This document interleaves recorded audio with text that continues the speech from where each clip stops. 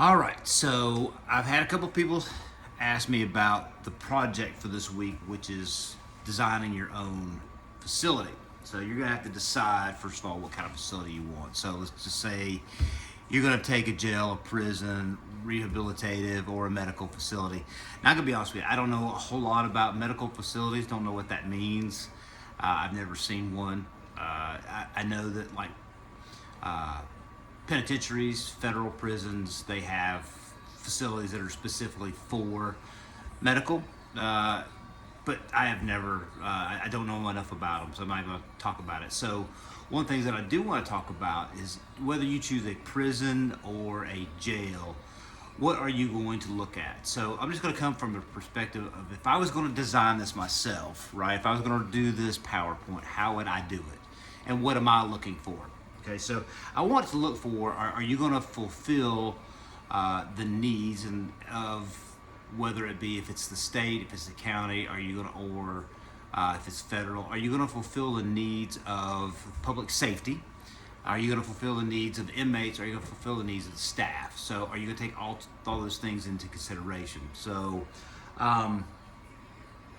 let's look at it. First of all, it says you need at least a total of 15 slides, not to include the reference slide or the title slide, right? So so that gives you, you're going to need a minimum of 15 slides. So we're going to break that down into the facility, staffing, resources, and budget. Now, I'm going to be honest with you, when it comes to budget, I mean, like, how do you know what's, other than if you go staffing wise, if you go, okay, you can probably take a stab at food, but you're not going to know how much it's going to cost for the electricity. So I tell you what, let's just, if we're going to, I'm stopping at that bottom one. So for budget, what am I going to look at? Like, are you going to take into consideration how much it's going to cost to for staffing, right? And how much it's going to cost for feeding? That's probably the two main costs, because it's like if you can dive in. Look, I'll give you extra credit. For if you come in, you can do medical, because like that's a cost, and if you can offset that cost, because one of the things that that when we were at the jail, and I know they do it in a prison, that if you have Medicaid, Medicare, or if you have money, if you're not an indigent inmate, you are paying a copay, if you will. So that offsets some of the cost of medical. So if you want to dive into that in that last section for cost, then go for it. But the facility, whether the location, type of facility. So I'm gonna give you, if I was gonna do it. So if I'm looking at a facility, I'm probably, for the purposes of this assignment, I'm gonna go with the smaller facility. Probably gonna be 50 or less inmates, just because it's gonna make it more simple. I mean, like, if you want to go big, then go big. I mean, hey, it's, I'm giving you an extra week, go big. But you're going to have to choose whether, let's just say, take it to jail, if you're going to go linear, if you're going to go direct or indirect supervision. So you can pile in a lot more inmates if you are going indirect. So I'm probably going to have, like I said, if I have 25 people, 50 people, then I'm probably going to have maybe, I'm going to have to figure out some different things. I'm going to have to, level of security, because, like, if you've got 25 people and you're putting everybody into a dorm, right? What are you going to do? I know. Let's take into account some of the things that we've learned, right? So you're talking about segregating inmates from general into max, and some of you probably may or may not have understood really why we were separating those, and I want to dig into that, because that's, like, just real quick, because, like, it's important to understand that there are whether it's a mental health diagnosis such as schizophrenia,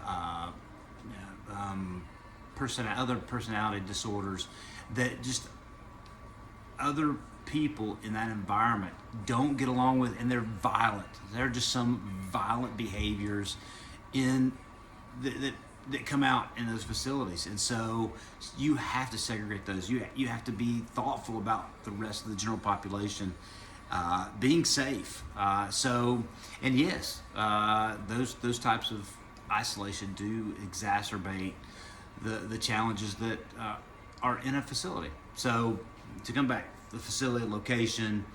One is it going to be a rural jail? Is it going to be, are you going to have it close to the court system? Because one of the things you're going to have to provide access to the courts. So how are you going to accessing the court system? How are those inmates going to get back and forth to pretrial? How are they going to get back and forth to doctor's visits? How are you going to do that? So something to think about is processing inmates, whether it's a state or a county.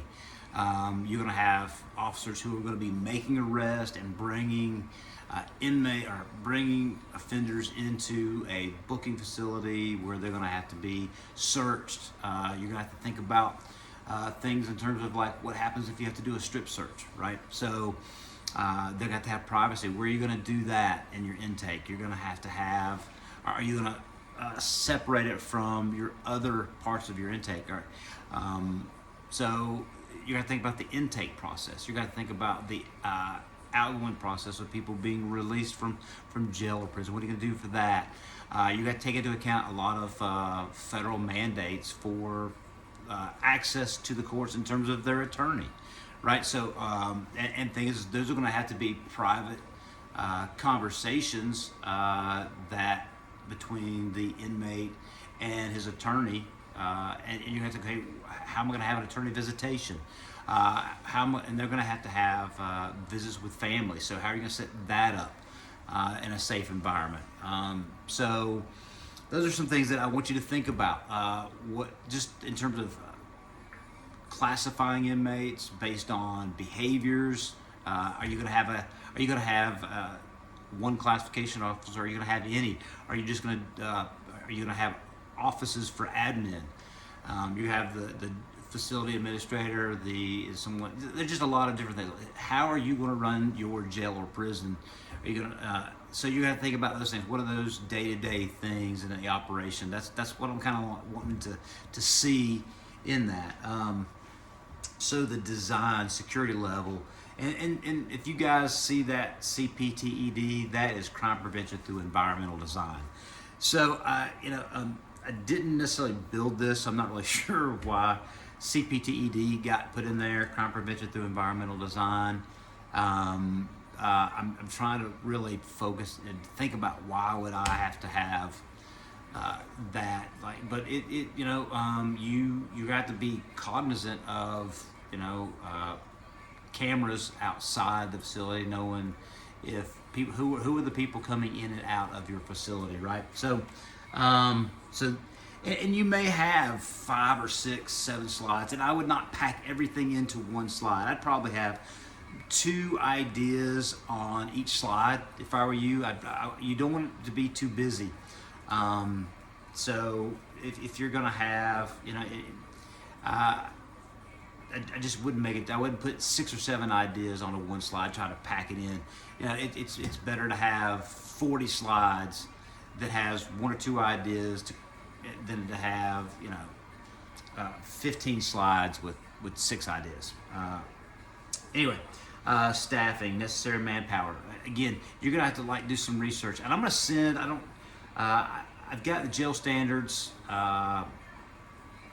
It's an article. It's a little book put together by I think it was the Bureau of Prisons or the National Jail Association that has what our standards were whenever we were building a facility, things that we would have to be mindful of, right? They're just laws and regulations, federal mandates that the inmates have to have certain things, and there's like 9 different things that they had to have. It was visitation, recreation, access to law library. I'm trying to think about. I don't want to make this too long, but anyway, so there was things that the government, federal government, mandated for jails and prisons to have. Are you going to have a commissary so that inmates can buy stuff? So that's something to think about. All right, going to staffing. Are you going to have volunteers? Are they going to have places to stay? Are you going to have volunteers for like GED programs, for Bible study? Are you going to have paid positions where people process volunteers? Those are just some things I want you to think about. Like, how are you going to run this jail? How are you going to run this prison? How are you going to make sure that inmates get what they need? Some of the auxiliary staff that we had at the jail was classify inmates. We would have like a jail SWAT team, which I was on. So it's like to handle problems that the normal officer couldn't handle. We had RHA, which was mental health. We would have paid positions were RHA, which was the mental health. They had 3 staff that would go and hold programs for drug addiction, for you name it. Are you going to have those? Are you going to outsource that? Are you going to hire for it? So those are the things when it comes to necessary manpower and staff hierarchy, your chain of command. That's pretty simple. If you got any questions on hierarchy, chain of command, get with me. I'll explain it to you. I think that but I don't want to assume that you may not have been a part of a paramilitary or anything that has a structure like law enforcement does. So if you don't understand it, please reach out and I'll give you. We got an extra week. All right. Resources, types of resource programs. I just mentioned that. Privileges, amenities available. That's up to you. Do you want to give them a lot of amenities? As I was leaving the jail, we were actually looking at like giving them iPads, right? And so they would be able to take and they could rent these iPads, and on that they could watch movies in their cells.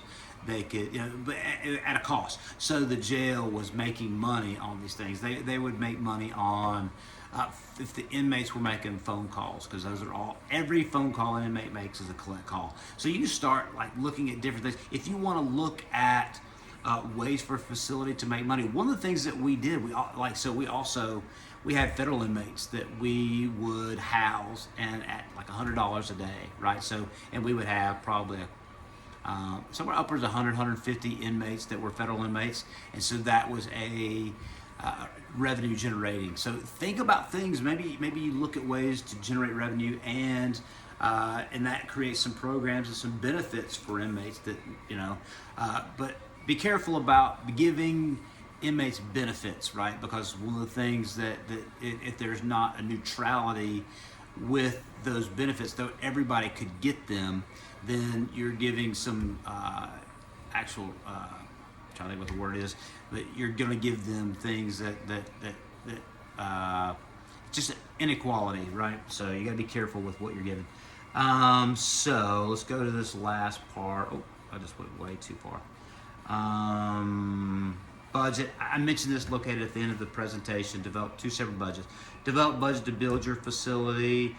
Annual budget to operate the institution. I tell you what. I honestly like. Develop budget to build your facility. Do some online. I tell you what. When it comes to that, like, I don't know that I could do that, right? And I've been there to build a facility, and like you're trying to figure out cost on materials, concrete. If you put something in there, put something in there. Don't put $25. Don't put $1 billion, right? So I am not going to grade harshly on that part. I want to see that you're thinking about inmate security, protecting the public, and doing the things that that make a facility run well, right? So as far as budget, if you come at it from perspective of budgets when it comes to wages and food costs, because those are the 2 biggest things: is how much it costs to pay people to work there, and how much it's going to cost to feed an inmate, right? So you have to think about it. And there are a minimum amount of calories that an inmate is going to have in a day. How many hot meals you're going to have, how many cold meals. So it's there's some things, but don't get caught in the weeds. And please, as you're doing this, if you all have some questions, and I can do another one of these. If I was unclear in some part of it, then by all means stop and drop me a note, or let's have a phone call conversation and talk through it. You've got an extra week and a half. Have a great Thanksgiving. Don't worry about this. Anyway, you got it. All right, talk to you soon, guys.